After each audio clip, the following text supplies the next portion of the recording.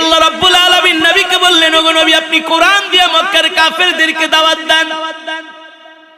আল্লাহর নবী রাহমাতুল লিল আলামিন এই কোরআন দিয়ে মক্কার কাফেরদেরকে দাওয়াত দিতে শুরু করলেন।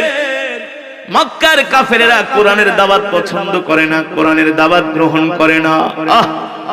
এই কোরআনের দাওয়াত দিতে গিয়ে আপনার আমার কলিজার টুকরা নবী তায়েফের ময়দানে কাফেরদের পাথরের আঘাত খেয়েছে। আল্লাহর নবীকে মারতে মারতে তায়েফের ময়দানে বেহুশ করে ফেলেছে। এই কোরআনের কথা বলার কারণে উহুদের ময়দানে আল্লাহর নবীর দাঁত মোবারক শহীদ করেছে, ঠিক কিনা বলেন? হাশরের ময়দানে যেই দিন আল্লাহ তাআলা জান্নাতীদেরকে ডাক দিবে, আল্লাহর নবী ডাক দিবে, এ কে কে আমার উম্মত আসো, আমি তোমাদের জন্য আল্লাহ তাআলার কাছে সুপারিশ করব। কোটি কোটি মুসলমান আল্লাহর নবীর কাছে যায় ভিড় জমাবি। ওগো নবী আমরা তো আপনার উম্মত, আপনি আমাদের জন্য আল্লাহ তাআলার কাছে সুপারিশ করেন। আল্লাহর নবী রাহমাতুল লিল আলামিন জামা মোবারক খুলে আমাদের মতো হতভাগা উম্মতদেরকে বলবে, এ তোরা আমার উম্মত দাবি করস, আমি তোমাদের নবী, দেখো কোরআনের কথা বলতে গিয়ে আমি কাফেরদের কত পাথরের আঘাত খেয়েছি। আমার শরীরের দিকে তাকায় দেখো, আল্লাহর নবীর উপরে পাথর মারতে মারতে কাফেরেরা ক্ষত বিক্ষত করে ফেলেছেন।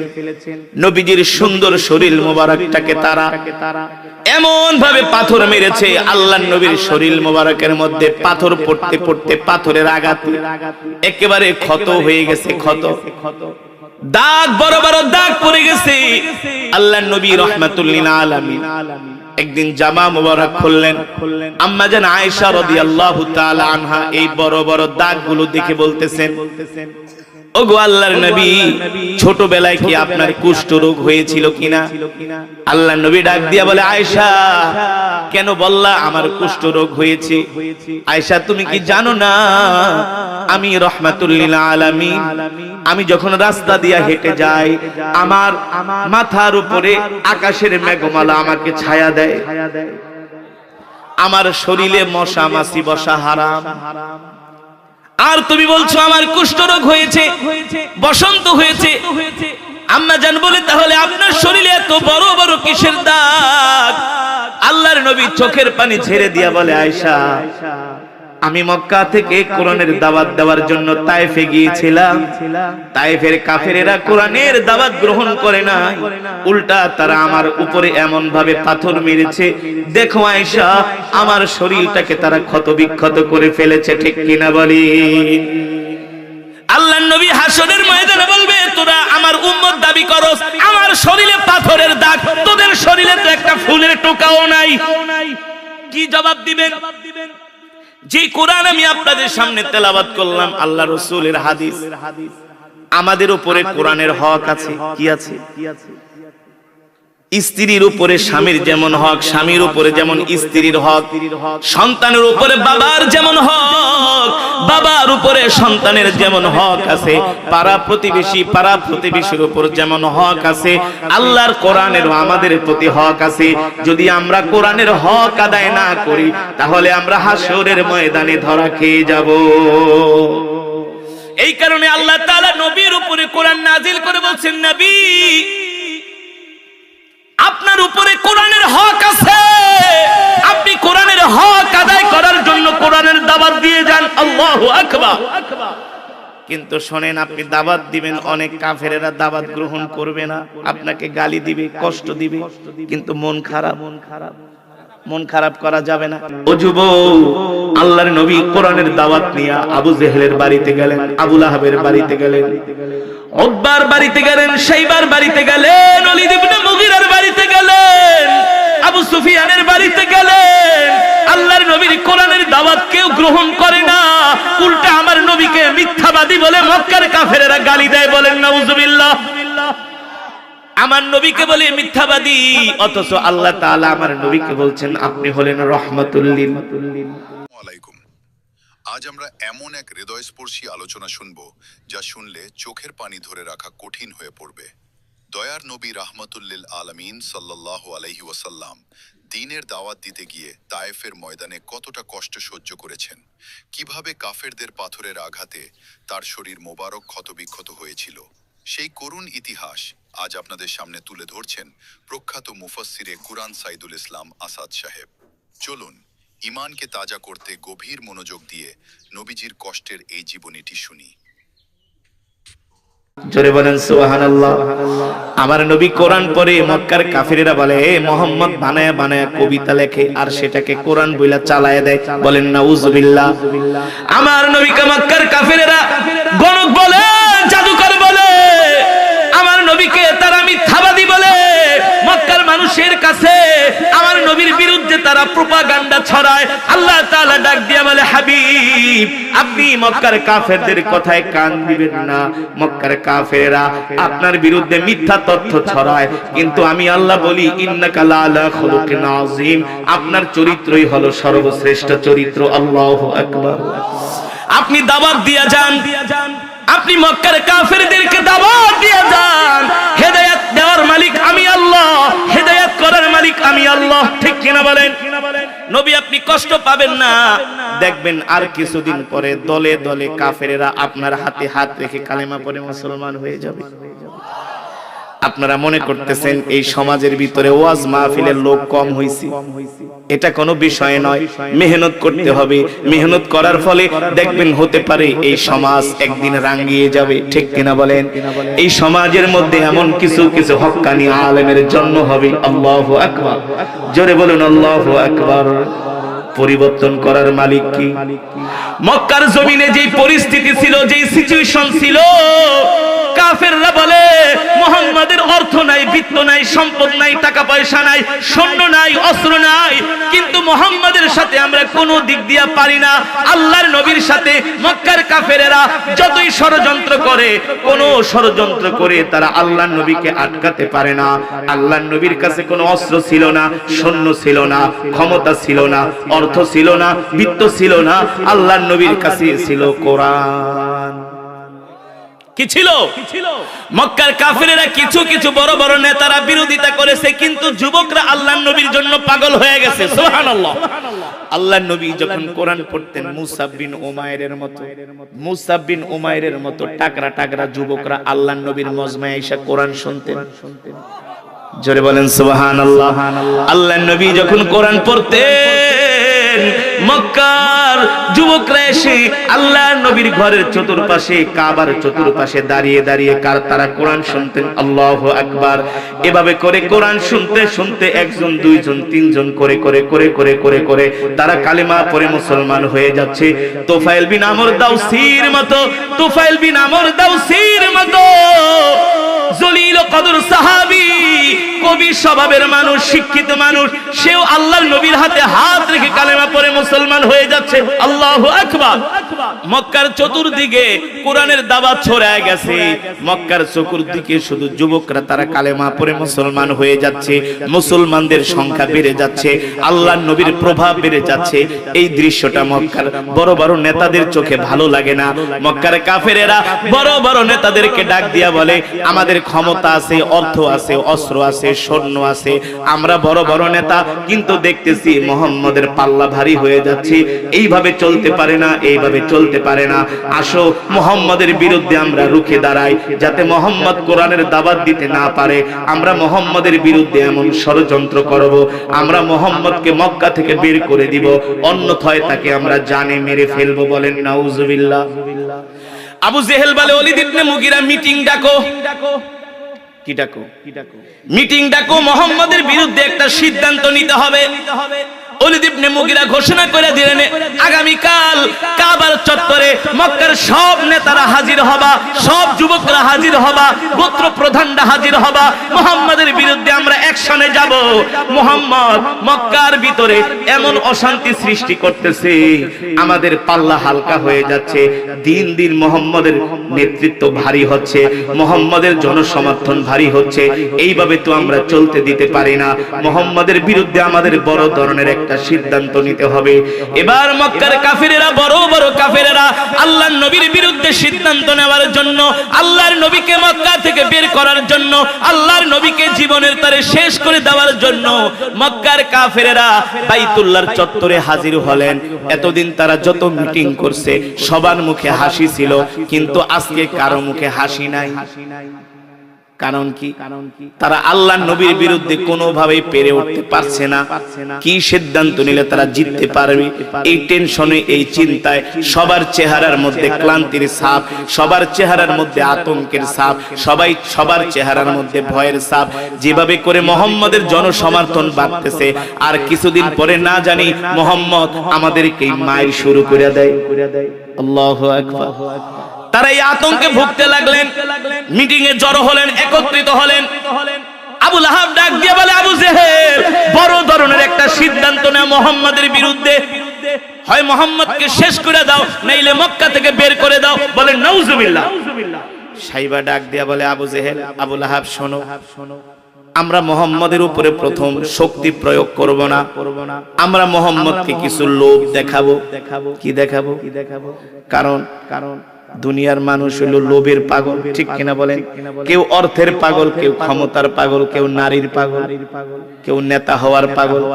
হ্যাঁ, সাইবা বলে, শোনো আবু জেহেল, আমরা মুহাম্মদের বিরুদ্ধে প্রথম শক্তি প্রয়োগ করব না। আমরা মুহাম্মদকে অর্থের লোভ দেখাবো, ক্ষমতার লোভ দেখাবো, নারীর লোভ দেখাবো। দেখি এই লোভ টোভ দেখায় মুহাম্মদকে কোরআনের দাওয়াত থেকে দূরে সরানো যায় কিনা। ওলীদ ইবনে মুগীরা বলে, সুন্দর একটা কথা বলছো।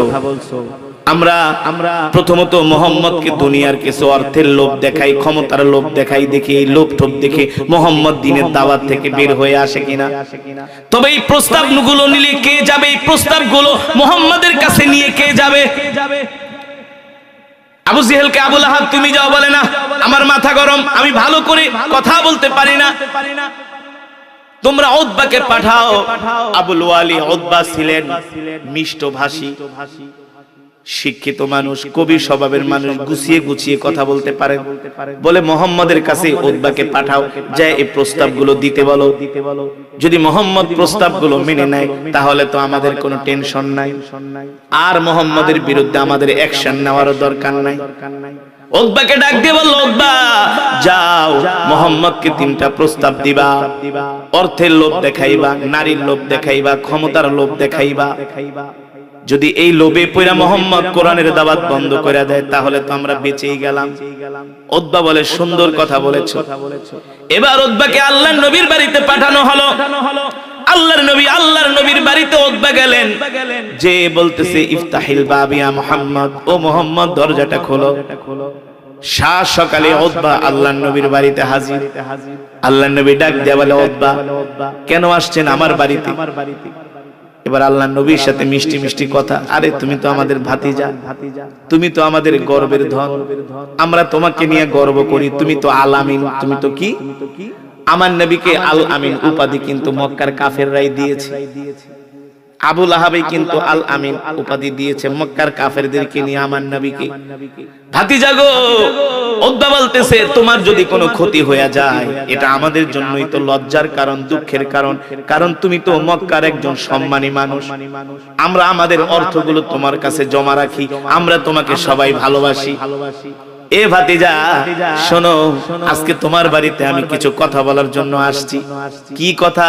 উতবা বলেন। উতবা বলে, ভাতিজা রে, একটা মানুষের জীবনের স্বপ্ন হলো অর্থ কামাই করা, ঠিক না? সব মানুষ টাকার কাছে দুর্বল, অর্থের কাছে দুর্বল। কথা বলে। উতবা বলে, শোনো মুহাম্মদ, আমরা মক্কায় যত অর্থ চাও মক্কার ব্যাংকের সব অর্থগুলো তোমাকে মালিক বানায় দিব। আল্লাহর নবী বলে, কেন? বলে, কারণ আছে।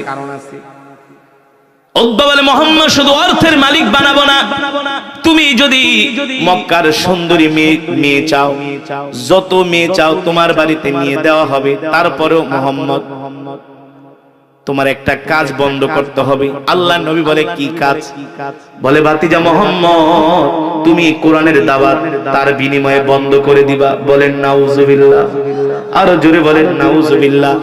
এই কথা শুনে আল্লাহর নবীর চোখ মুখে একেবারে রাগ উঠে গেল, নবীজির চেহারা লাল হয়ে গেল রাগে ক্ষোভে। বলে ফাতিজা রাগ করো না, তুমি যদি চাও আমরা তোমাকে মক্কার নেতা বানায় দিব, আমরা সবাই তোমাকে নেতা মানব, তারপরেও কোরআনের দাওয়াত বন্ধ করে দাও। আল্লাহর নবী উতবার এই কথাগুলো শুনে এত রাগ করলেন, এত রাগ করলেন, বলল উতবা তুমি আমার বাড়ি থেকে চলে যাও। আমার এক হাতে যদি সূর্য দেওয়া হয়, এক হাতে যদি, ডান হাতে যদি চন্দ্র দেওয়া হয়, বাম হাতে যদি সূর্য দেওয়া হয়, তাহলেও আমি মুহাম্মদ আল্লাহর পয়গম্বর আল্লাহর কোরআনের দাওয়াত দ্বীনের দাওয়াত থেকে এক চুল পরিমাণ দূরে সরে যাব না। আল্লাহু আকবার। আর আজকে সামান্য কিছু টাকার লোভে মুসলমান খ্রিস্টান হয়ে যাচ্ছে। হ্যাঁ, আমরা মুসলমান আজকে মসজিদে যাই না, দ্বীনের কাজে যাই না। আল্লাহর নবীকে মক্কার কাফেরেরা কত বড় বড় প্রস্তাব দিলেন। আল্লাহর নবী বলে উতবা শোনো, এই সমস্ত প্রস্তাব আমাকে দিয়ে কোনো লাভ নাই, আমি কোরআনের দাওয়াত দিব, দ্বীনের কথা বলেই যাব। আল্লাহু আকবার। উতবা চিন্তা করে কি রে, এটা কি মানুষ নাকি অন্য কিছু? মানুষ তো টাকার লোভে পড়ে, নারীর লোভে পড়ে, নেতা হওয়ার লোভে পড়ে, ঠিক না? জানেননি? মানুষকে কাবু করতে হলে আপনি টাকার বস্তা তার বাড়িতে দিয়ে আসেন, দেখেন কেমনে নরম হয়ে যায়। হ্যাঁ, সরকারি কোন অফিসে কাজে যাইবেন, ফাইলটা দেখা মতো জান এখানে ভুল ওখানে ভুল, আসলে কোনো ভুল নাই। ये हाल तेरा चाल है मकसूद तेरा माल है, ঠিক কিনা বলেন? কে আজীব তেরা চাল है। দেখবেন এত রাগ আপনার, এর কোনো কিছু ঠিক নাই। জান একটু পরে যায় 500 টাকার দুইটা নোট ধরায় দিবেন, দেখবেন আস্তে করে নরম হয়ে গেছে। কইব আপনি পাশে দাঁড়ান, আমি কাজটা করে দিতেছি। হ্যাঁ, কোন মানুষকে যদি আপনি কাবু করতে চান, অর্থের লোভ দেখাইবেন, সুন্দরী নারীর লোভ দেখাইবেন, দেখবেন দুর্বল হয়ে যাবে। নেতা বানানোর লোভ দেখাইবেন, নেতা। আজকে মুসলমানদের এই অবস্থার কারণটা কি? খেলাফত বিলুপ্ত হয়েছে, 100 বছর হয়ে গেছে। কারণ কি? মুসলমানদের তো এই অধপতন ছিল না। উসমানীয় খেলাফতের সাথে, সালতানাতের সাথে, উসমানীয় খেলাফতের সাথে আরবের কিছু শাসকরা বেঈমানি করে খেলাফতকে বিলুপ্ত করছে। তাইলে আজও সারা পৃথিবীতে কোরআনের শাসন থাকতো। শুধু ক্ষমতার লোভ, ক্ষমতার লোভ। আল্লাহর নবীকে মক্কার কাফেরেরা ক্ষমতার লোভ দেখাইছে, নেতা হওয়ার লোভ দেখাইছে। আল্লাহর নবী উতবার প্রস্তাবকে প্রত্যাখ্যান করলো। উতবা টেনশনে পড়ে গেল, আবু জেহেলের কাছে যে কি জবাব দিবে। এত আশা করে উতবাকে পাঠাইলো। যদি উতবা আল্লাহর নবীকে বাগে আনতে না পারে, হাতে আনতে না পারে, তাইলে তো মান সম্মান। উতবা কতক্ষণ চিন্তা করে বলে ব্যাপারটা কি, এত লোভ দেখাই? আরে আমাদেরকে তো 500 টাকার লোভ দেখাইলে আমরা কুত্তার মতো ঘুরি পিছে পিছে, কিন্তু তাকে সারা দুনিয়া দিয়ে দিচ্ছে, তারপরে লোভে পড়ে না। এটা কি মানুষ নাকি অন্য কিছু? এবার উতবা আদর কইরা দেখেন কত বড় শয়তান। নবীজির শরীরে হাত দিয়ে কয়, ভাতিজা শোনো, এত লোভ দেখাইলাম, কোন লোভে তুমি পাও দাও না, কারণ কি? তাহলে কি তোমারে কি ভূতে ধরছে? নাউজুবিল্লাহ। কত বড় শয়তান। তোমাকে যদি খারাপ কোনো কিছু আসর করে, তাহলে আমাদেরকে বলো, আমরা তোমার ভূত সারানোর ব্যবস্থা করি। নবীজিরে বলে ভূতে ধরছে। কত বড় শয়তান। নবী হইলো ভূত সারায়, ঠিক কিনা বলেন? আর কাফেররা কে মুহাম্মদ তোমার মনে ভূতে ধরছে, তোমার মনে কিছুতে জাদু করছে, এই কারণে তুমি আবল তাবল বলো। বলেন নাউজুবিল্লাহ। আল্লাহর নবী বলে উতবা শোনো, তুমি আমাকে যে প্রস্তাবগুলো দিয়েছো, আমি তোমার এই প্রস্তাবের বিরুদ্ধে এতক্ষণ যা বলেছি সব সত্য, তবে আমি তোমাকে যাওয়ার সময় কোরআনের একটা সূরা শোনাই দিই। সুবহানাল্লাহ। তুমি যে তোমার নেতা ঠেতাদেরকে বইলো যে তোমার আমি কি শুনাইছি, আল্লাহ নবী কোরআনুল কারীমের সূরাত হামিম সাজদা একটা সূরা আছে, আলিফ লাম মিম তানজিলুল কিতাবি লা রাইবা ফীহি মির রাব্বিল আলামিন আম ইয়াকুলুনা ইফতারা বাল হুয়াল হাক্কু মির রাব্বিকা লিতুনদিরা কওমান মা আতাহুম মিন নাযীরিন মিন ক্বাবলিকা লাআল্লাহুম ইয়াহতাদুন। আল্লাহর নবী এই কোরআনুল কারীমের এই সূরার একটা পৃষ্ঠা তেলাওয়াত করলেন। এই সূরার মধ্যে আল্লাহ তাআলা বলতেছেন, নবী আমি আপনার উপর যে কোরআন নাজিল করছি এটা দুনিয়ার কোন মানুষের কবির কাব্য নয়, এটা হলো আল্লাহর কোরআন, তানজিলুম মির রাব্বিল আলামিন, আল্লাহ তাআলার পক্ষ থেকে নাজিল করা হয়েছে। ঠিক কিনা বলেন? কিন্তু মক্কার মানুষরা সেটা বিশ্বাস করতে উদ্বাকা ঠিকই তো কিছু, আমরা তো বিশ্বাস করি না। তা মুহাম্মদের তো কোরআনের সাথে মিলে গেছে। তারপর আল্লাহ তাআলা আসমান জমিন 6 দিনে সৃষ্টি করছে। আল্লাহ তাআলা সবকিছু এই সূরার মধ্যে তুলে ধরছে।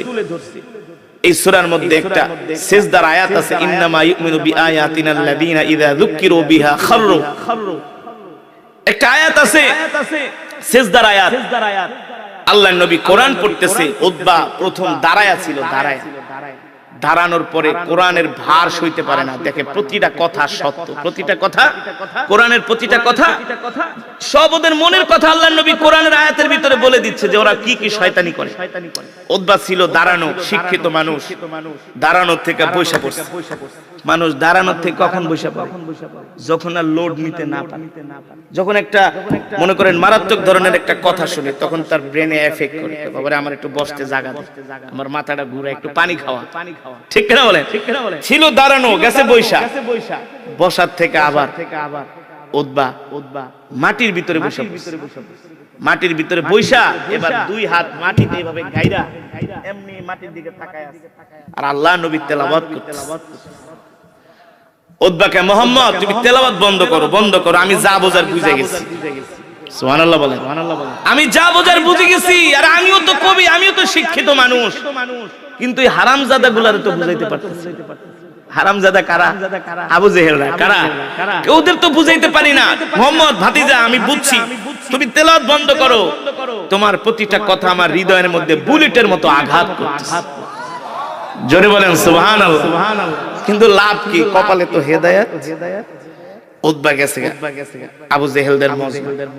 আবু জেহেলরা তো আশা করে বসে আছে, উতবা মনে হয় একেবারে আল্লাহর নবীকে বাগে এনে ফেলবে, আল্লাহর নবীকে হাত করে ফেলবে, তাদের শর্ত মেনে নিবে। দেখে উতবার চেহারা ফ্যাকাশে হয়ে গেছে। ওলীদ ইবনে মুগীরাকে, উতবা চেহারা এমন হইছে কেন? আবু জেহেল কয়, এই বেটা চেহারা এমন সাইজ হইছে, কি বলবে লজ্জায়। উতবা কতক্ষণ চুপ করে থাকে, বলে আবু জেহেল, আবু লাহাব শোনো, একটা কথা বলি, ভাতিজাকে ভাতিজার মতো চলতে দাও। সুবহানাল্লাহ। মুহাম্মদকে মুহাম্মদের মতো চলতে দাও, শুধু শুধু ওরে ডিস্টার্ব করো না। আবু জেহেল কয়, বেটা তোরে মনে হয় মুহাম্মদ জাদু করছে। কি করছে? তুই আমগো লোক হয়ে মুহাম্মদের পক্ষে কথা বলছিস, ব্যাপারটা কি? তোরে পাঠাইলাম আমগো পক্ষ হয়ে, আমগো পক্ষে কথা কবি। উতবাকে, আবু জেহেল শয়তানি বান্দরামি কথা বাদ দাও, সত্য কথা কি জানো? মুহাম্মদ আমারে যা শুনাইছে, কি শুনাইছে?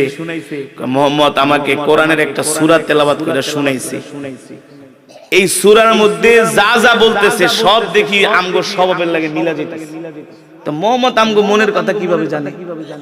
এই আসমান জমিন আল্লাহ সৃষ্টি করছে 6 দিনে, সবকিছুর মালিক সে, তার ইবাদত করতে হবে। মুহাম্মদ আবার কোরআন পড়া দেখলাম মাটিতে তার রবকে সিজদা দিল, সব তো মিলা যাইতেছে। আবু জেহেলকে কস কি? কয় উতবা শোনো, আমি একটা কথা বলি। উতবা বলে, আবু জেহেল একটা কথা বলি, শোনো, তোমরা মুহাম্মদের বিরুদ্ধে কোনো অ্যাকশনে যেও না। যেভাবে দিন দিন মুহাম্মদের প্রভাব বাড়তেছে, আমাদের আর মুহাম্মদের বিরুদ্ধে দাঁড়ানোর দরকার নাই। আশেপাশের রাষ্ট্রগুলাই দেখবা মুহাম্মদকে দমায় দিবে। নাউজুবিল্লাহ। যদি দমায় দিতে পারে, মুহাম্মদকে যদি কোণঠাসা করতে পারে, পরাজিত করতে পারে, তাহলে তো আর আমাদের আর মুহাম্মদের বিরুদ্ধে মারামারি, কাটাকাটি, যুদ্ধ করার কোনো দরকার নেই। তাহলে তো আমরা বাইচা গেলাম। আর যদি আশেপাশের রাষ্ট্রগুলো মুহাম্মদের ক্ষতি করতে না পারে, যদি মুহাম্মদ বড় নেতা হয়, হোক, তাতে তো আমাদেরই গর্ব, আমাদেরই ভাতিজা। ওলীদ ইবনে মুগীরাকে, বুঝছি মুহাম্মদ তোমাকে জাদু করে ফেলাইছে, তোরে দিয়া কাজ হবে না। উতবা বলে, এই আবু জেহেল, আবু লাহাব শুনে রাখ, চূড়ান্ত পর্যায়ে বলে দিলাম, আর কিছুদিন পরে কিন্তু মুহাম্মদ মক্কার ক্ষমতা দখল করবে। জোরে বলেন সুবহানাল্লাহ, আর মুহাব্বতের সাথে বলেন সুবহানাল্লাহ। আল্লাহর নবীর কাছে কি ছিল? অস্ত্র ছিল না, সৈন্য ছিল না, অর্থ ছিল না, মাটির কুঠিরে আল্লাহর নবী ঘুমাতেন। ঠিক কিনা বলেন? আল্লাহর নবী চাটাইয়ের উপরে ঘুমাতেন, নবীজির শরীর মোবারকে দাগ পড়ে গেছে। হযরত ওমর ইবনুল খাত্তাব এই দৃশ্য দেখে কান্না করে দিছে, ওগো নবীজি, রোম পারস্যের বাদশারা কত আরামে এসে জীবন কাটায়, আর রাহমাতুল লিল আলামিন দুজাহানের বাদশা চাটার উপরে ঘুমাইতে ঘুমাইতে তার শরীরে দাগ পড়ে গেছে। হযরত ওমর কান্না করে দিছে। আল্লাহর নবী বলে, ওমর আফসোস করো কেন, আফসোস করো কেন, কষ্ট পেও না, আমরা কি আল্লাহ তাআলার শুকরগুজারি বান্দা হব না? ওমর একটু ধৈর্য ধরো, সবর করো, আমরা তো আরাম করব যে জান্নাতে। কোথায়? জোরে বলেন কোথায়? জান্নাতে। আল্লাহর নবী সেই কোরআন দিয়া মক্কাকে পরিবর্তন করে দিলেন, সারা পৃথিবীকে পরিবর্তন করে দিলেন। আজকে আমরা মুসলমানরা আছি দুনিয়া নিয়া, আজকে আমরা মুসলমানরা আছি সুদ নিয়া, ঘুষ নিয়া, বাংলা সিনেমা নিয়া, নাটক নিয়া, টিকটক নিয়া। আজকে মসজিদে আজান দিলে মুসল্লি পাওয়া যায় না, মসজিদে মুসল্লি পাওয়া যায় না, ওয়াজ মাহফিলে মানুষ আসতে চায় না, সব জায়গায় না। এটা আবার ভুল। আমি এই পর্যন্ত কালিহাতী থানায় এই 2 মাসে কমলো 6টা প্রোগ্রাম করেছি, শুধু কালিহাতী। কিন্তু আপনাদের এই সমাজটার অবস্থা দেখতেছি খারাপ, মানে একটু নরমাল। ইনশাআল্লাহ ঠিক হয়ে যাবে, আপনারা মেহনত করতে পারবেন না ইনশাআল্লাহ। এই সমাজকে পরিবর্তন করতে হলে ওয়াজ মাহফিলের পাশাপাশি দাওয়াত ও তাবলীগের মেহনত করতে হবে, এছাড়া কোনো উপায় নেই। দাওয়াত ও তাবলীগের মেহনত, বেশি বেশি করে দাওয়াত ও তাবলীগের মেহনত। কিছু মানুষ আছে সমাজে দাওয়াত ও তাবলীগের মেহনত করে, দাওয়াত ও তাবলীগের সমালোচনা করে, দেখতে পারেন। কেন দেখতে পারবে না? দাওয়াত ও তাবলীগের লোকেরা কি তোমার পকেটের পয়সা দিয়ে কি তাবলীগ করে? তোমার সমস্যা। নিজের পকেটের টাকা দিয়ে দাওয়াত ও তাবলীগে যায়, ঠিক কিনা বলেন? দাওয়াত ও তাবলীগের কারণে আজকে আলহামদুলিল্লাহ সমাজে পরিবর্তন হয়ে যাচ্ছে, এই ওয়াজ মাহফিলের মাধ্যমে পরিবর্তন হয়ে যাচ্ছে। আগে যুবকরা গান শুনত, এখন তারা কোরআন শুনে। আগে ম্যাক্সিমাম যুবকরা গান শুনতো, বাংলা সিনেমা দেখতো, এখন তারা কোরআন শোনে, কোরআনের বয়ান শোনে, ঠিক কিনা বলেন? এর সবচেয়ে বড় উদাহরণ হলো বাংলাদেশের সিনেমা হলগুলো বন্ধ হয়ে গেছে। টাঙ্গাইল জেলায় আগে কয়টা সিনেমা হল ছিল দেখেন? একটাও আছে? একটাও আছে? আগে বিয়ের অনুষ্ঠানে প্রতিটা বাড়িতে বাড়িতে গীত গাওয়া হতো, 2 দিন আগে মাইকে না গান বাজনা করা হতো, বন্ধ হয়ে গেছে। আগে প্রতিটা জেলায় জেলায়, থানায় থানায় রাত্রবেলা শীতের দিনে সার্কাস হতো, সার্কাস। জুয়ার পার্টি বসতো, জুয়ারুরা জুয়া খেলতো, সার্কাসের ভিতরে মহিলারা নাচতো। এগুলো আছে বাংলাদেশে? বন্ধ হয়ে গেছে। ইনশাআল্লাহ সমাজ পরিবর্তন হয়ে যাবে। আমাদের তো শুধু আমরা শুধু নিজেরাই নামাজ পড়বো, নিজেরাই কোরআনের কথা শুনবো, নিজেরাই কোরআন শুনবো, অন্য মানুষদেরকে দাওয়াত দিব না, মেহনত করবো না, এটা হবে না। একজনে 10 জনকে দাওয়াত দিতে হবে, ঠিক কিনা বলেন? একজনে 10 জনকে দাওয়াত দিতে হবে। আজকে এলাকার যুবকরা তারা অনেক, আজকে অবশ্য ওয়েদারটা বেশি মানে ঠান্ডা, খুব শীত, মানে মারাত্মক শীত। তো শীতের কারণে অনেক মানুষ আসে নাই, হয়তো বা গরম হইলে আসতো, কিন্তু যাদের ইমানের পাওয়ার আছে তারা তো শীতের মধ্যে ঘরে বসে থাকে, ঠিক কিনা বলেন? এই যে এক ভাই ঘুমায় যাইতেছে, তারপরে তো বসে আছে, চাইলে তো বাসায় যেয়ে ঘুমাইতে পারতো, কোরআনের মহব্বতে বসে আছে না, মানে চোখটা একটু লাল হয়ে গেছে। আমরা কিন্তু ওয়াজে বসে সব খেয়াল করি। হুজুরদেরকে কিন্তু এত বলদ মনে করেন না, হুজুরা কিন্তু একেবারে খাস বাংলায় বলে বোধাই না, চালাক। তারা কিন্তু সব বুঝে, বুঝেও না বোঝার ভান করে। দেখি কি করে, ঠিক কিনা বলেন? দেখি কি করে। এই যে আপনারা যারা ঈমানওয়ালা, এত শীতের মধ্যে আপনারা আসছেন, আরে ভাই রাসূলের হাদিস, মান ইউরিদিল্লাহু বিহি খায়রা ইউফাক্কিহু ফিদ্দিন, আল্লাহ তাআলা যাকে ভালোবাসে তাকে দ্বীনের বুঝ দান করে, ঠিক কিনা বলেন? দ্বীনের বুঝ না থাকলে আপনারা আসতেন না। আর এই যে দ্বীনের বুঝটা যে পেয়েছেন, এই কারণে আপনাদের ভালো মন আছে। আল্লাহ তাআলার কাছে দোয়া করছেন যে আল্লাহ, আমি যাতে দ্বীনের পথে চলতে পারি, ইসলামের পথে চলতে পারি, কোরআনের পথে চলতে পারি, ঠিক কিনা বলেন?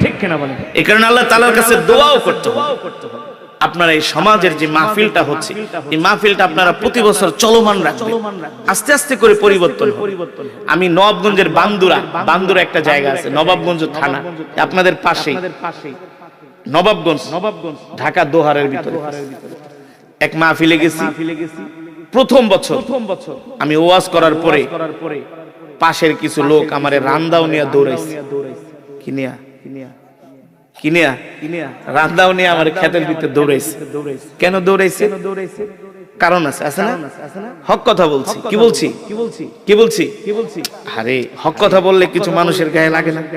যে সুদ খায়, সুদের বিরুদ্ধে ওয়াজ করলে কি তার ভালো লাগে না? সে তো বসে বসে দাঁত কামড়ে, হুজুর আমার বিরুদ্ধে। যে ঘুষ খায়, যে চুরি করে, যে দুর্নীতি করে, যে মানুষের সম্পদ মাইরা খায়, যে বিচার করে ঘুষ খায়, আছে না এলাকায়? 500 টাকা দিলে রায় পরিবর্তন হয়। 1000 টাকা ঢুকাই দিলে, আরে বাতিজা চিন্তা করিস না, আরে বুঝোস না, দেখ না কেমনে সবকাটা মারি, বুঝোস না আমার কি বুদ্ধি, মানে সব শয়তানি বুদ্ধি। হ্যাঁ, তো হক কথা বললে তো কিছু মানুষের গায়ে, তারা আমাকে রান্দাও নিয়ে দৌড়াইছে। প্রথম বছর আমি দৌড়ানি খায়া গেছি গা ঢাকায়। যায়া আমি আল্লাহর কাছে দোয়া করছি, আল্লাহ দৌড়াইছে আমার কোনো দুঃখ নাই, কষ্ট নাই, তাও আপনি সমাজটাকে পরিবর্তন করে দেন। আলহামদুলিল্লাহ, আলহামদুলিল্লাহ, সুম্মা আলহামদুলিল্লাহ। যে এলাকায় আমারে দৌড়াইছে রান্দাউনিয়া, সেই এলাকায় আজকে আমি 9 বছর ধরে মাহফিলে যাই। ওই মাহফিলে 9 বছর। কয় বছর? বিশ্বাস না হইলে মার্চের 3 তারিখ, কয় তারিখ? মার্চের 3 তারিখ নবাবগঞ্জ বান্দুরা যায় নারায়ণপুর গ্রাম। 9 বছর, মাঝখানে 2 বছর ডেট দিতে পারি নাই। এবার আয়া পায় ধরছে, হুজুর আপনাকে যেতেই হবে, যেতেই হবে। বাংলাদেশ সব বড় বড় আলেমরা যায়, যত বড় আলেম আসুক আপনাকে যেতে হবে। আপনি কোরআন পড়লে আমাদের এলাকার যুবকরা তারা পাগল হয়ে যায়, মা বোনরা, বৃদ্ধরা সবাই কোরআনকে মহব্বত করে। হুজুর আপনাকে যেতে হবে। 9 বছর ধরে এক মাহফিলে যাচ্ছে। কয় বছর? মজার বিষয় হলো যারা নবীজের এই ত্যাগের ইতিহাস আমাদের জীবনের পাথেয় হোক। আলোচনার শেষ অংশে যেমন বলা হলো, 5 ওয়াক্ত নামাজ জামাতের সাথে আদায় করা, নিয়মিত কুরআন তিলাওয়াত করা এবং সন্তানকেও কুরআন শিক্ষা দেওয়া আমাদের প্রত্যেকের দায়িত্ব। আল্লাহ আমাদের সবাইকে এই আমলগুলো করার তৌফিক দান করুন। ভিডিওটি ভালো লাগলে শেয়ার করে অন্যদের জানার সুযোগ করে দিন। আর আমাদের চ্যানেলের নিয়মিত ইসলামী আলোচনা পেতে সাবস্ক্রাইব করে পাশেই থাকুন। জাযাকাল্লাহু খাইরান।